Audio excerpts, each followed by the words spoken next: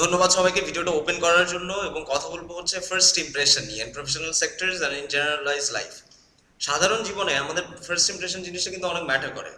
প্রথমবার আমাদের সাথে যখন কারো পরিচয় হয় ওই রিফ্লেকশনটা কিন্তু সবসময় ব্রেনে থেকে যায়। ঠিক তেমনি ভাবে এখন আমাদের প্রফেশনাল লাইফে কিন্তু ফার্স্ট ইমপ্রেশনের মিনিংই আস্তে আস্তে চেঞ্জ হয়ে যাচ্ছে, because we are having social media, we are having emails.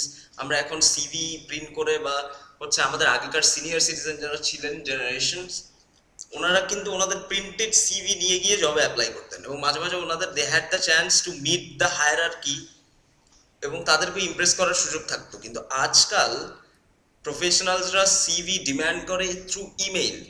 এবং আমাদের ফ্রেশ গ্র্যাজুয়েটদের মধ্যে বা জুনিয়র্সদের মধ্যে যারা এখন আমরা আস্তে আস্তে গ্র্যাজুয়েশন শেষ করে বের হয়ে আসছি এবং বিভিন্ন প্রফেশনাল সেক্টরে জয়েন করছি, তাদের অনেকের মধ্যে এই প্রবণতাটা দেখেছি, you guys just attach the CV in the email and without any kind of subject line or proper body text you guys send it. This is really not only, pardon my language, this is not only embarrassing for the employer but also embarrassing for you people too, because এই জিনিসটা কিন্তু একটা বাজে ছাপ রেখে যায়।